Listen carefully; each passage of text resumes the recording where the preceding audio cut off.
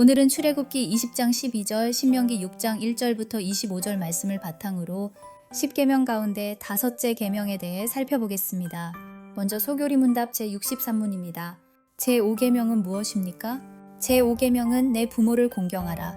그리하면 내 하나님 여호와가 내게 준 땅에서 내 생명이 길리라입니다.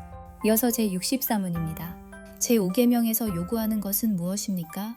각자에게 주어진 여러 가지 지위와 인간관계, 곧 윗사람, 아랫사람, 그리고 동등한 사람 사이에서 마땅한 존경을 유지하고 각자의 의무를 수행하라는 것입니다. 마지막으로 제65문은 이렇게 묻습니다.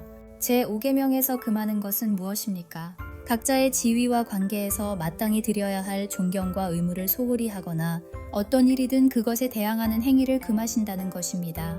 이 문답들을 관통하는 주제는 분명합니다. 우리는 부모의 권위를 인정하고 공경함으로 거룩한 신앙을 상속하고 계승합니다. 다섯째 계명은 10계명 전체 구조 안에서 특별한 위치를 차지합니다.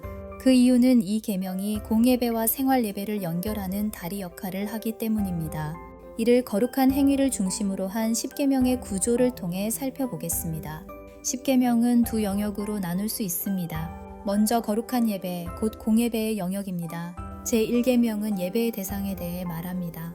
제2계명은 예배의 방법에 대해 말합니다. 제3계명은 예배의 태도와 중심에 대해 말합니다. 제4계명은 예배의 시간에 대해 말합니다. 그리고 그 다음에 나오는 제5계명은 예배의 영속성, 곧 신앙의 상속과 계승과 보호를 다룹니다. 이후 6째 계명부터 10째 계명은 거룩한 생활, 즉 생활 예배의 영역입니다. 제6계명은 생명의 거룩성을, 제7계명은 가정의 거룩성을, 제8계명은 재산의 거룩성을, 제9계명은 진리와 명예의 거룩을 말합니다. 제10계명은 참된 거룩, 곧 죄의 근본인 탐심을 제거하는 문제를 다룹니다. 이 구조를 통해 우리는 한 가지 사실을 분명히 알 수 있습니다. 공예배는 한 시대로 끝나서는 안 됩니다. 이 땅 위에 교회가 존재하는 한 하나님께 예배하는 일은 계속되어야 합니다. 이를 위해 반드시 필요한 것이 신앙의 상속과 계승이며 바로 그 역할을 다섯째 계명이 담당합니다. 그렇다면 다섯째 계명은 생활 예배와는 어떤 관련이 있을까요? 이 계명은 참된 이웃 사랑을 담고 있습니다. 이를 사랑의 관계를 중심으로 한 10계명의 구조로 설명할 수 있습니다. 10계명은 크게 두 부분으로 나뉩니다. 1계명부터 4계명까지는 하나님에 대한 의무, 곧 하나님 사랑입니다. 5계명부터 10계명까지는 사람에 대한 의무, 곧 이웃 사랑입니다. 이웃 가운데 가장 가까운 이웃은 남편과 아내, 부모와 자녀입니다. 그래서 다섯째 계명은 이웃 사랑의 출발점이 되는 계명입니다. 이제 질문을 바꾸어 보겠습니다. 부모는 자녀에게 무엇을 해야 합니까? 답은 분명합니다. 지속적으로 그리고 부지런히 신앙을 교육하는 일입니다. 신명기 6장 4절부터 9절 말씀은 다섯째 계명이 하나님 사랑과 이웃 사랑, 공예배와 생활 예배를 연결하는 계명임을 분명히 보여줍니다. 이 말씀은 먼저 하나님 사랑을 명령합니다. 그리고 그 하나님 사랑의 표는 두 가지로 나타납니다. 첫째, 부모 자신이 하나님의 말씀을 바르게 이해하는 것입니다. 둘째, 그 말씀으로 자녀를 양육하는 삶입니다. 기독교 가정은 부모의 경험과 지혜가 아니라 하나님의 말씀으로 가득 차 있어야 합니다. 이를 위해 부모 자신이 먼저 하나님의 말씀으로 충만해야 합니다. 이 신앙교육의 전제이자 핵심은 출애굽 사건입니다. 하나님께서 자기 백성을 구원하신 사건입니다. 이를 신약적으로 적용하면 6월절 어린 양 예수 그리스도의 대속으로 우리를 죄와 사망의 권세에서 구원하신 복음입니다. 부모가 이 구원의 복음을 바르게 알고 확신할 때에만 자녀를 신앙으로 교육할 수 있습니다. 그러므로 다섯째 계명은 오직 예수 그리스도를 믿고 구원받은 사람만이 순종할 수 있는 계명입니다.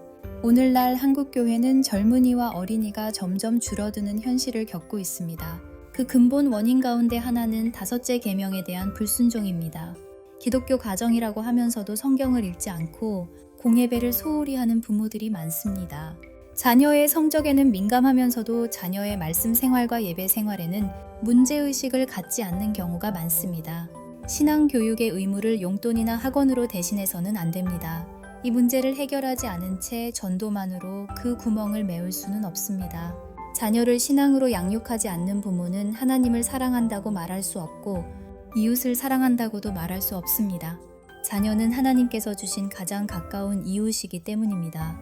그렇다면 자녀는 부모에게 무엇을 해야 합니까? 부모의 권위를 인정하고 공경하며 신앙 교육을 즐겨 받아야 합니다. 성경은 부모의 권위를 심각하게 훼손하는 일을 아주 무겁게 다룹니다. 이는 다섯째 계명이 신앙의 상속과 계승에 얼마나 중요한지를 보여줍니다. 자녀가 부모를 공경하지 않을 때 신앙의 상속과 계승은 이루어지지 않고 그 결과 다음 세대 교회 전체가 무너집니다. 그러므로 다섯째 계명은 유교적 효 사상과는 근본적으로 다릅니다. 우리 주 예수 그리스도께서는 이 다섯째 계명에 전적으로 순종하셨습니다. 육신의 부모에게 순종하셨고 하늘 아버지께 끝까지 순종하셨습니다. 그 순종을 통해 하나님의 백성을 모두 구원하시고 마지막 날까지 보존하십니다.